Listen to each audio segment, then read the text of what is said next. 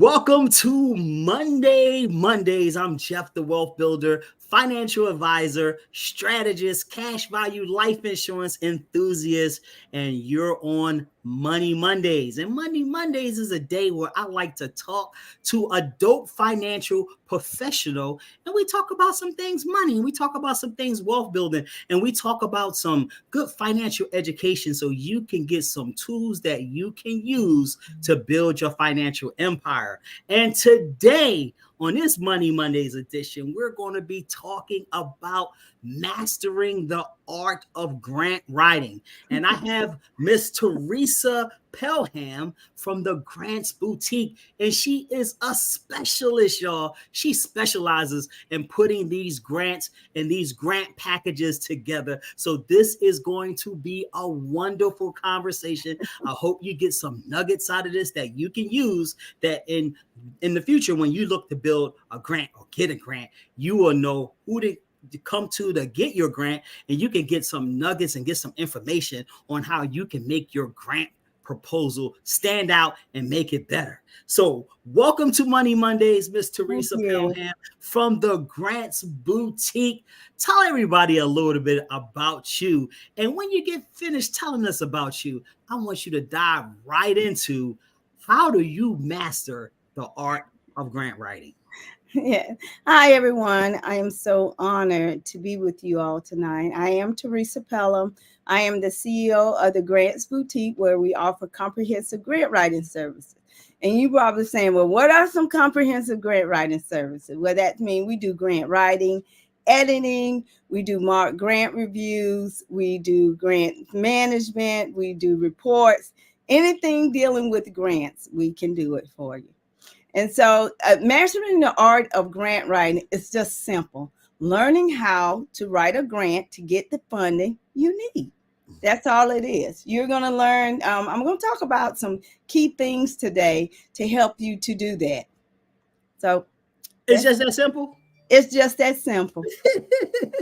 So if it's just that simple, won't you describe like what was your journey in getting into grant writing, and then like what really inspired you to start the Grants Boutique?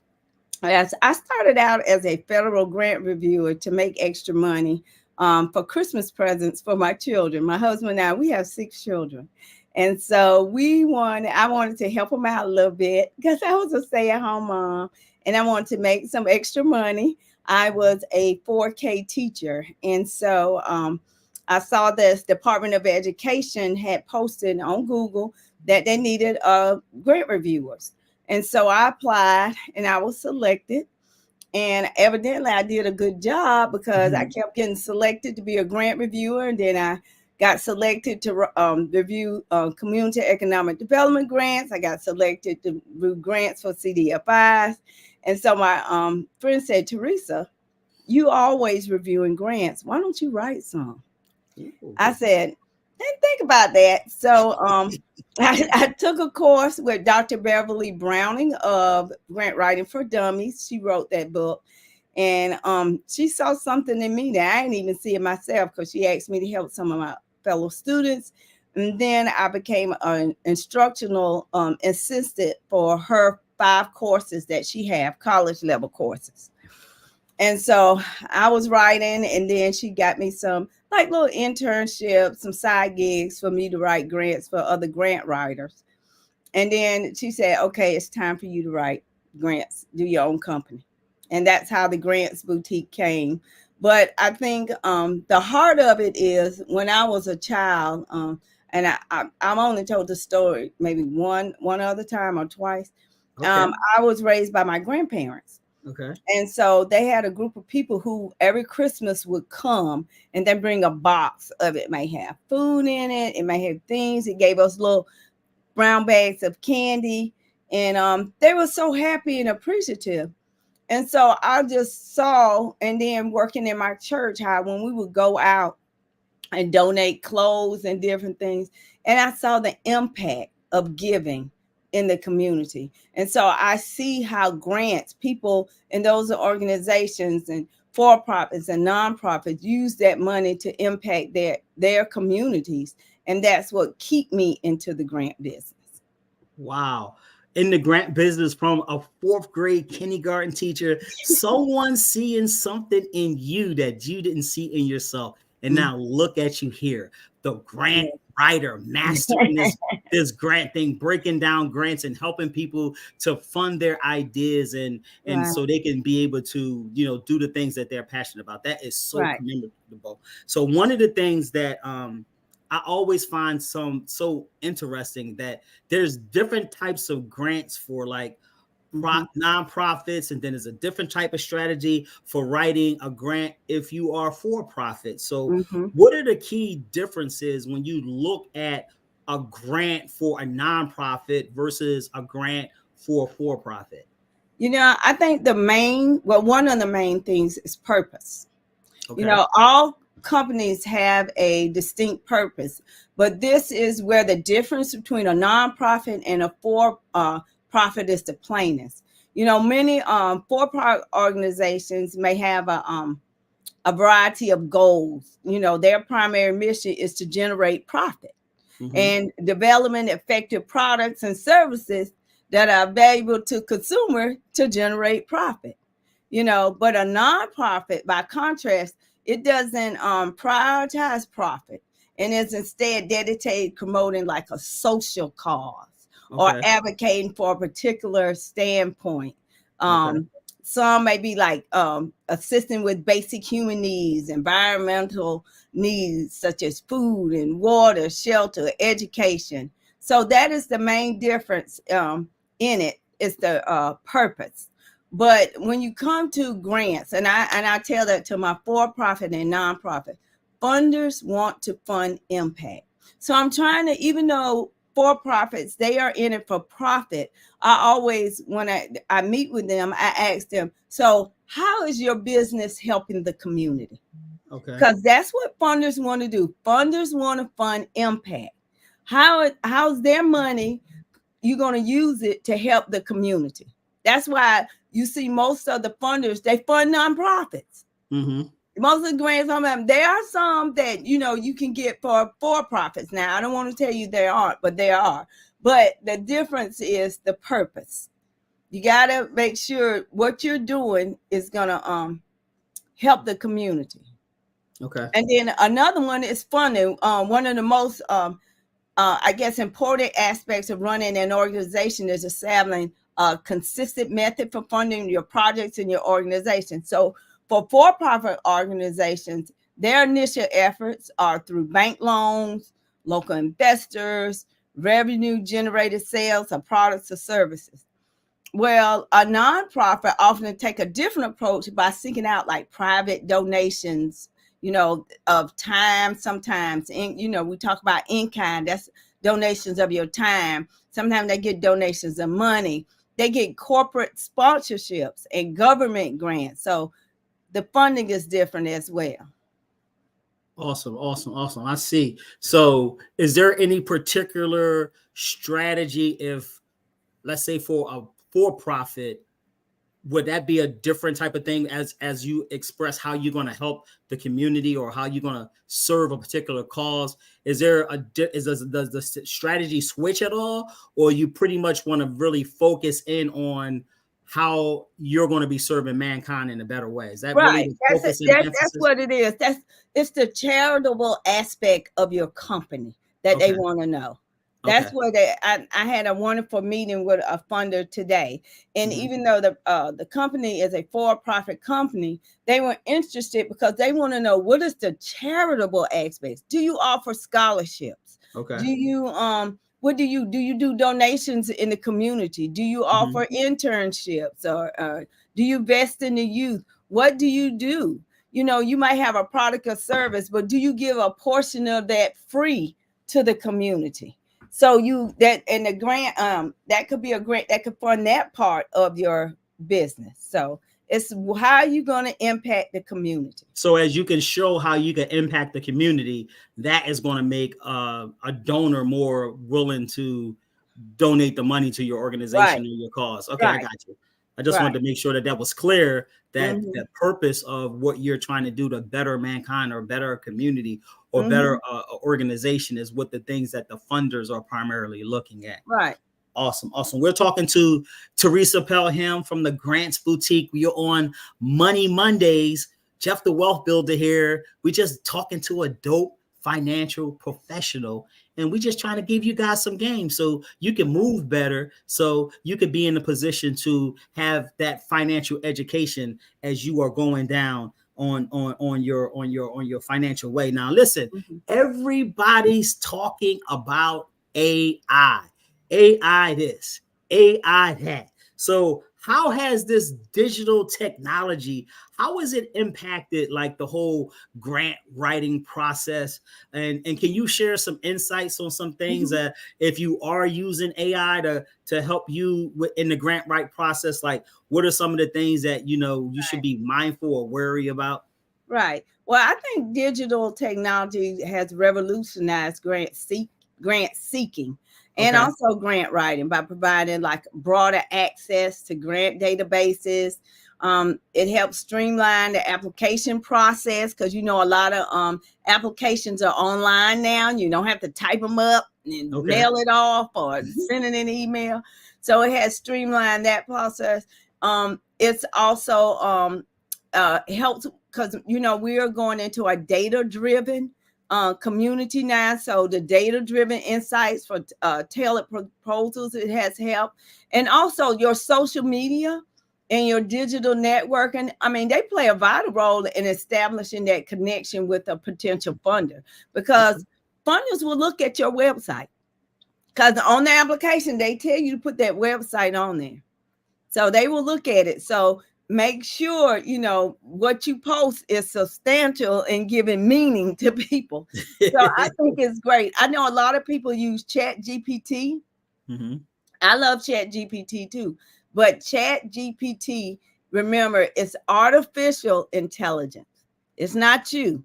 It can help you tell your story, but it can't tell the true story. And you have to also worry about plagiarism. You don't want to plagiarize when you use that. So, you got to be careful. You but mean I to love digital technology. you mean to tell me that Chat GPT doesn't have truth, sir? Not all of it. And sometimes the serum is old. And you need some updated serum with some updated facts. And that's why it's always best to work with a specialist, a strategist, because they can help use that technology to make your proposal stand out. Now, one of the things I love as a charitable giver, I always love to hear success stories because many people are sitting on great ideas. Many people have so many great programs that they would want to do to benefit mankind, but they scared. They're afraid to take that first step. So could you share with us a success story of an organization that took a great idea to benefit mankind, that it may motivate and inspire someone else who have a great idea to give them that push forward to get that idea out to better mankind? Right. One success story I want to talk about is from a faith-based organization. And the reason why I want to talk about this is because a lot of faith-based churches don't feel like they can go for grants. Really? Yeah, they don't go for. A lot of them don't know how. Most of them are nonprofits. I mean, that should be but they don't go for grants. So I want to talk about a faith-based organization that's focused on children and summer feeding. A lot of children when they're out of school, well, you don't know, but some children while they're in school, they get weekend backpacks with meals in it. It's 2 lunches, 2 breakfasts, 2 snacks to help them because a lot of them don't get the nutritious meals on the weekend. So they have a backpack program. So it was a great need in a community that these children really needed because it's a rural area. Even though they have free lunches in the summer, kids couldn't get to them because they didn't have transportation. It's a rural area. So I helped them get a grant through Save the Children. I know a lot of you have heard that organization.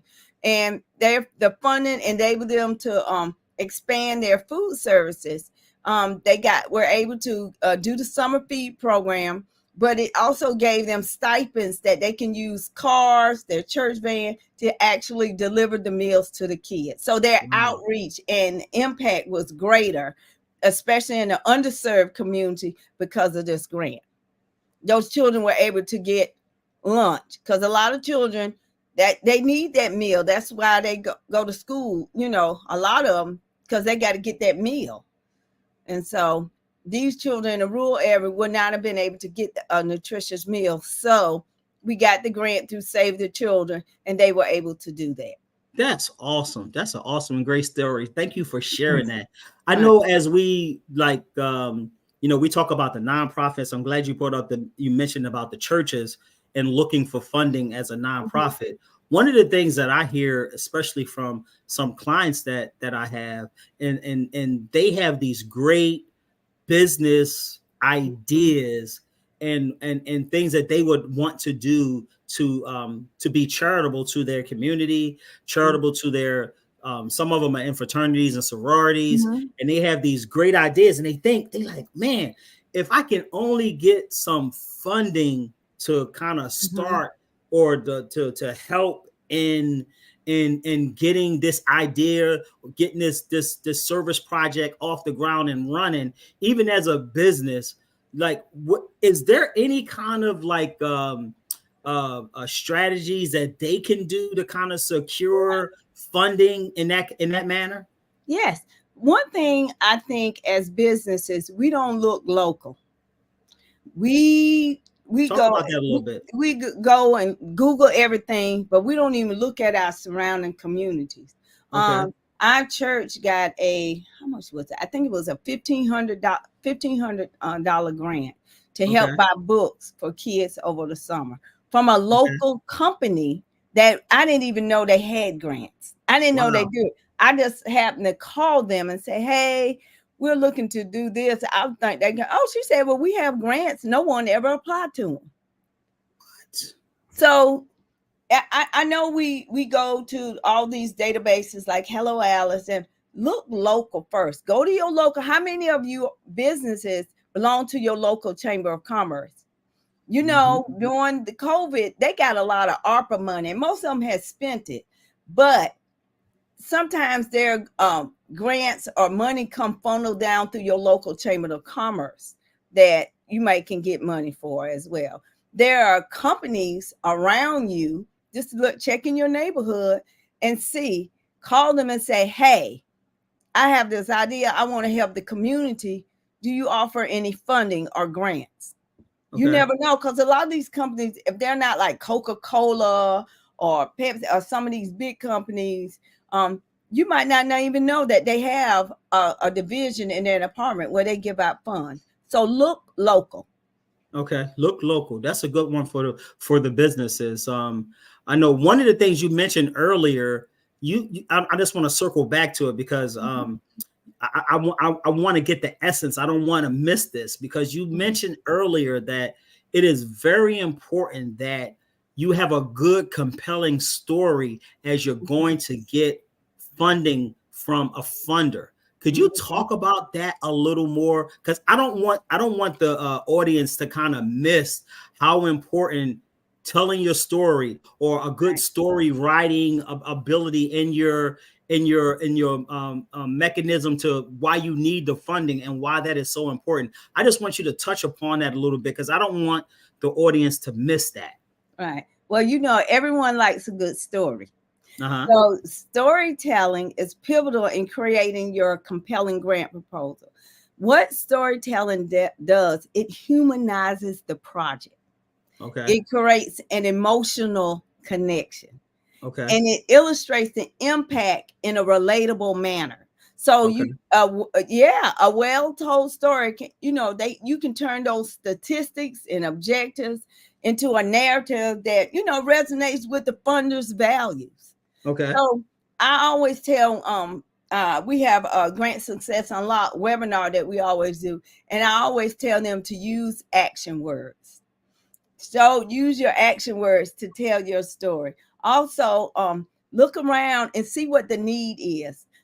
Funders want you. You have a more competitive edge if you can explain what the need is and how you're going to solve that need or solve that problem.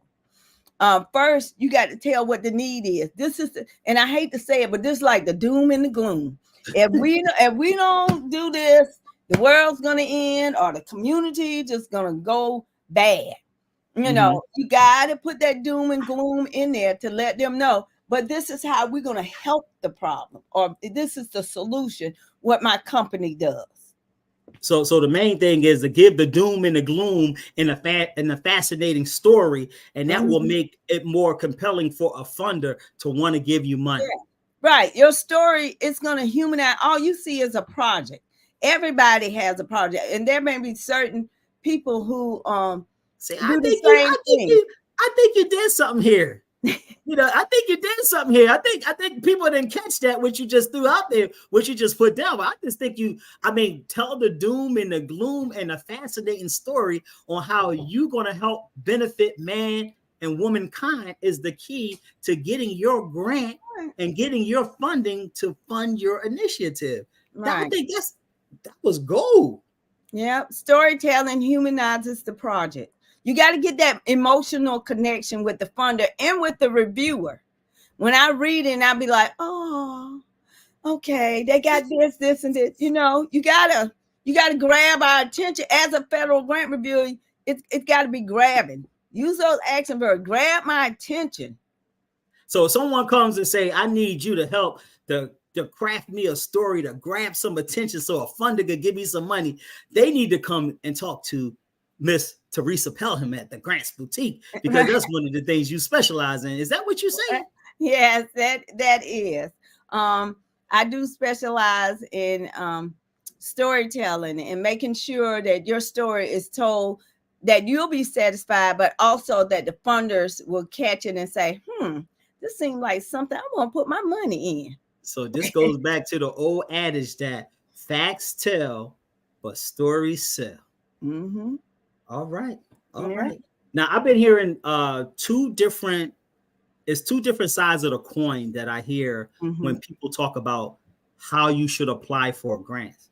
Some people say that you should have a fantastic grant proposal and you should have a fascinating story in it. And then other people say, you do have to have that story, and your proposal has to be tight. You got to share how you're going to benefit mankind. But more importantly, you must have a business plan with that proposal. How do you stand with that? How do you feel on what side of the coin do you fall? As do you really need to have a business plan with your grant portfolio or not? Well, what I use a business plan. I use your business plan to tell your story. So I do like for businesses to have a plan, because it does, the information in the business plan enhances the grant application. It demonstrates that you have a plan, you have financial stability, and you have a deep understanding of the market or the people you want to serve. So it's good to have a business plan. And we use it as part of your, the information as part of your grant application.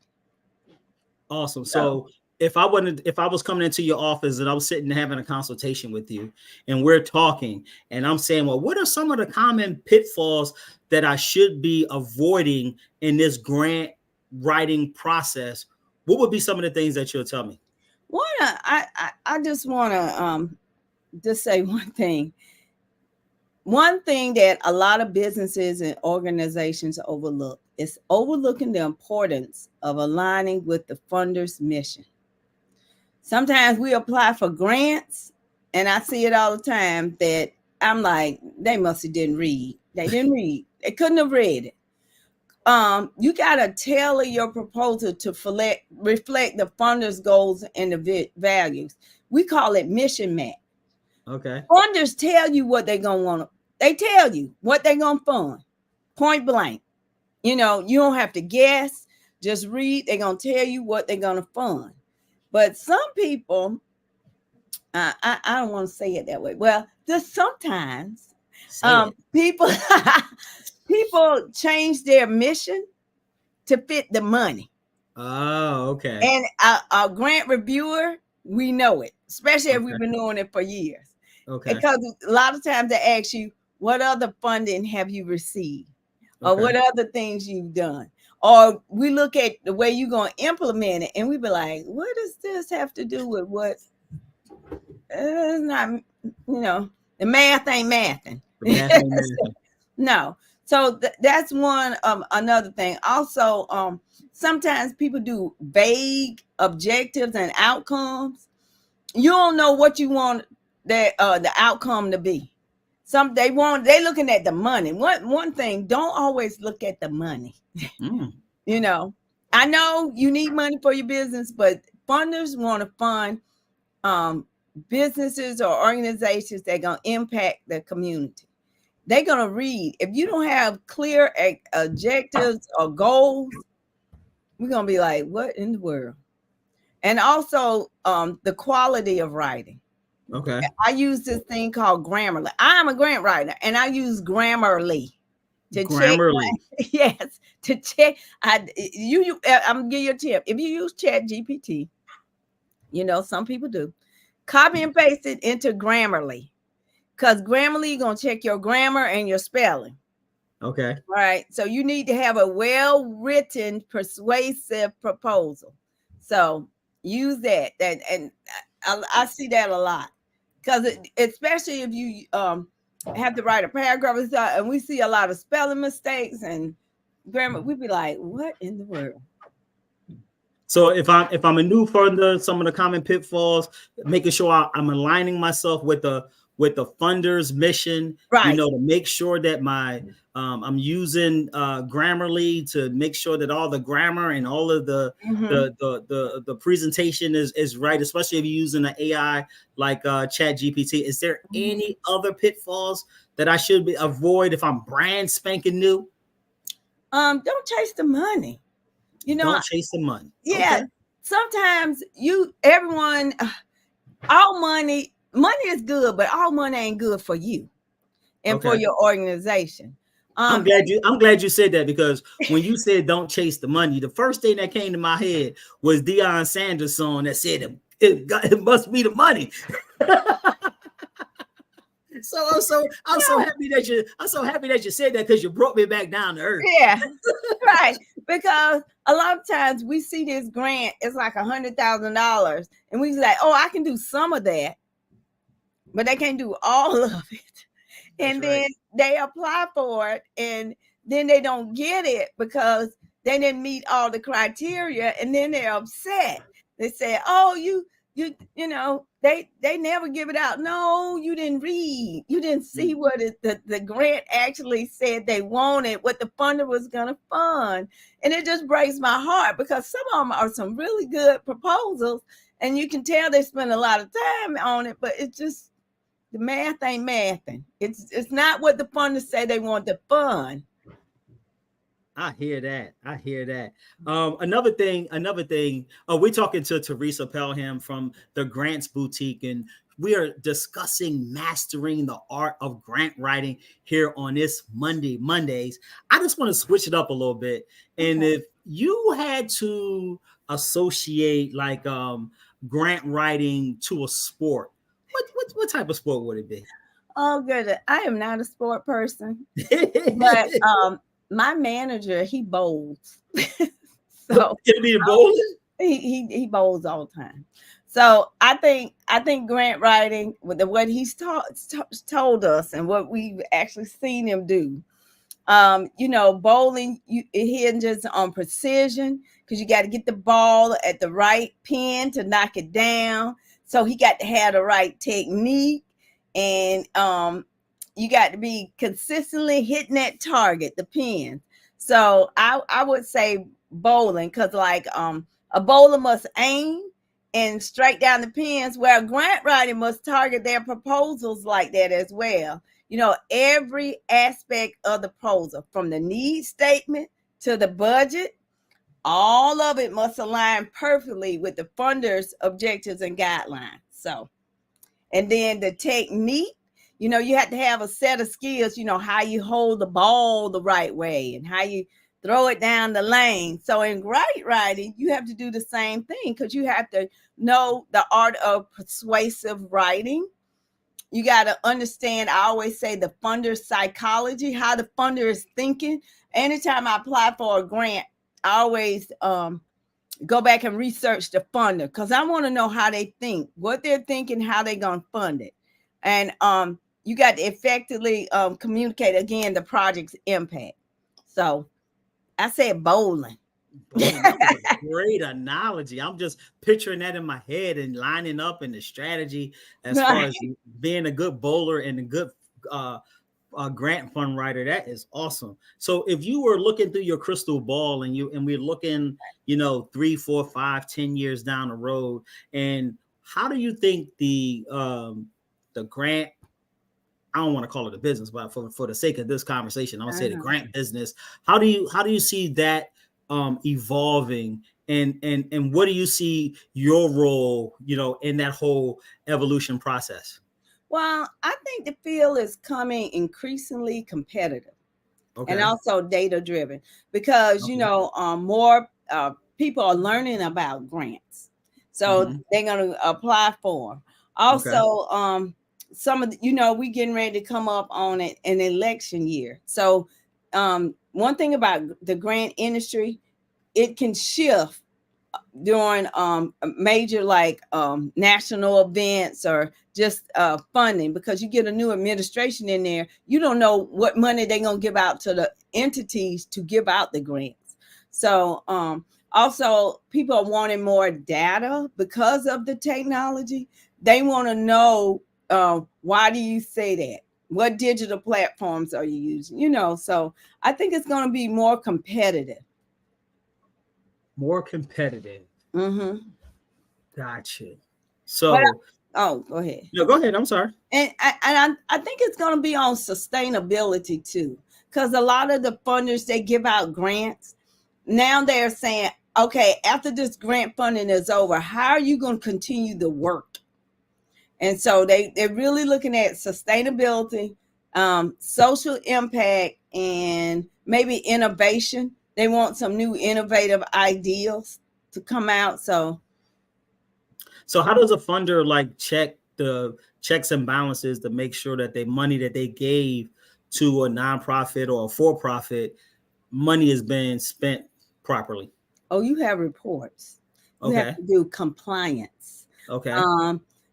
When you get nobody never talks about that side of it. Oh, but let me tell you, they need to, because once you get a grant, you're going to have maybe a webinar or meeting, and they're going to tell you what they want in their reports. They're going to tell you the compliance that you need to do to keep that grant money. And I've known grants who are organizations who had to have given money back because they weren't in compliance. And so they weren't in compliance and they had to give money back. And so you don't want to do that, because if you don't spend the money correctly, some grants you can apply for every year. And then some grants, after you do it for every year, you might be in a non-compete mode. Some of the Office of Head Start grants, after a while, you don't have to compete for them again.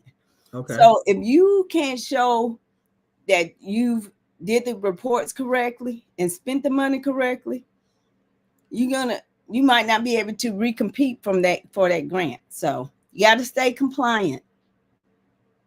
So what would be one of the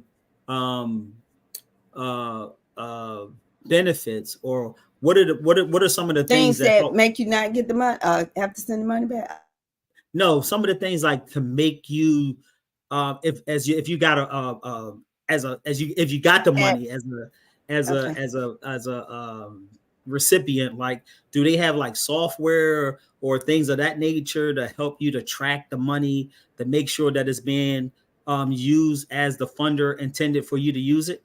Most funders, federal funders, they do have a federal platform where you go in, you put your data in, and they check, and you have a grantee specialist. That's someone you will contact. And in that report, they're going to ask you, what did you spend the money on? You have to send that report, kind of like a kind of like an Excel spreadsheet, and you put in what you spent that money in, and they're going to review it. Now, So do you foundation. offer that as a service at the Grants Boutique to help? Yes, I do. We do Okay. grant management and compliance. Okay, good. Yeah, I have someone who specializes in federal compliance. That's on my Okay. team that does that.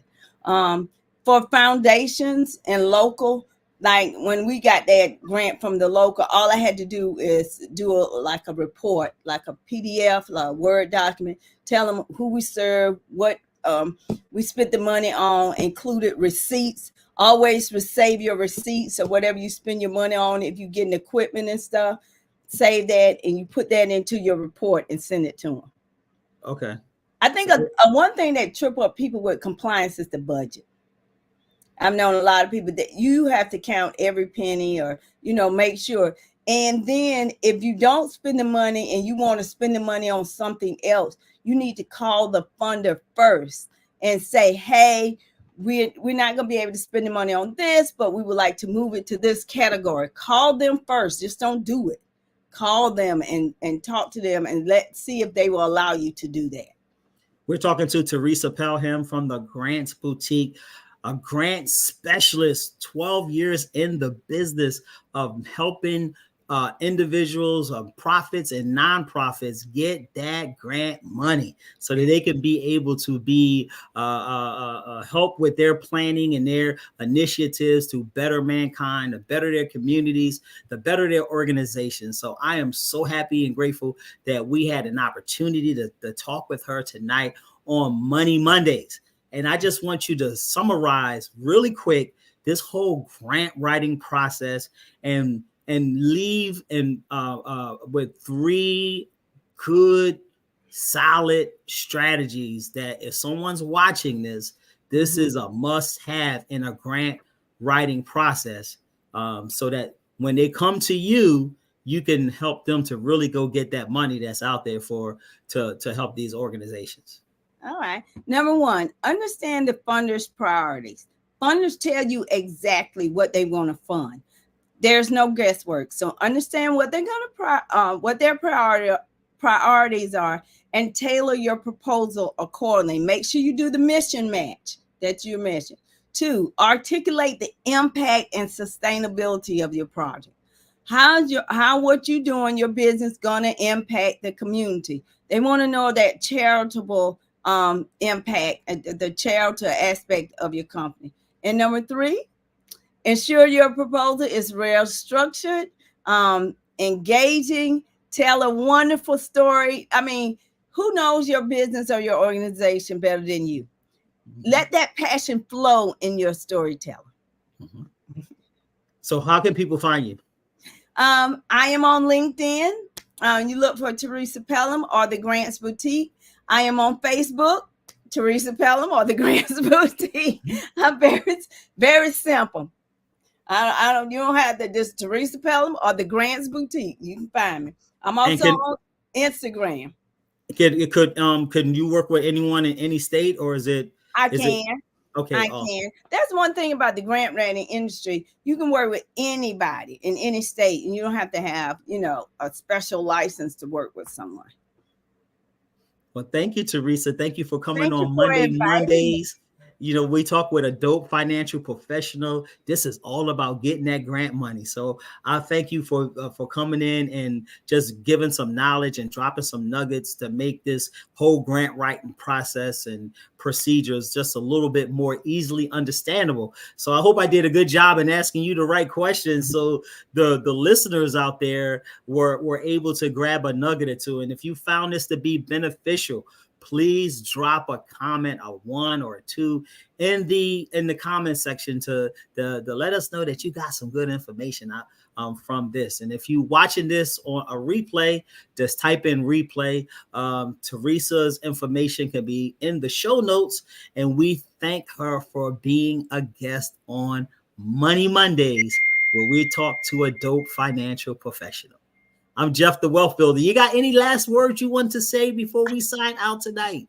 I do. Don't be afraid to apply for grants, and don't get discouraged. If you didn't get it this time, regroup, try again.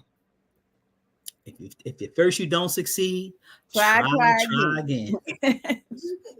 Thank you for this for tonight. I thank you for being on the platform, and you have a great day. Bye, everyone. Thank you for having me. Thank you for being on. We'll see you guys next Monday where we'll be talking with another dope financial professional. I'm Jeff, the Wealth Builder, financial advisor, strategist, cash value life insurance enthusiast, and we have some great plans and programs to help you to build your financial kingdom. So make sure you tune in and tap in and stay tuned. Have a great day, guys. Bye-bye.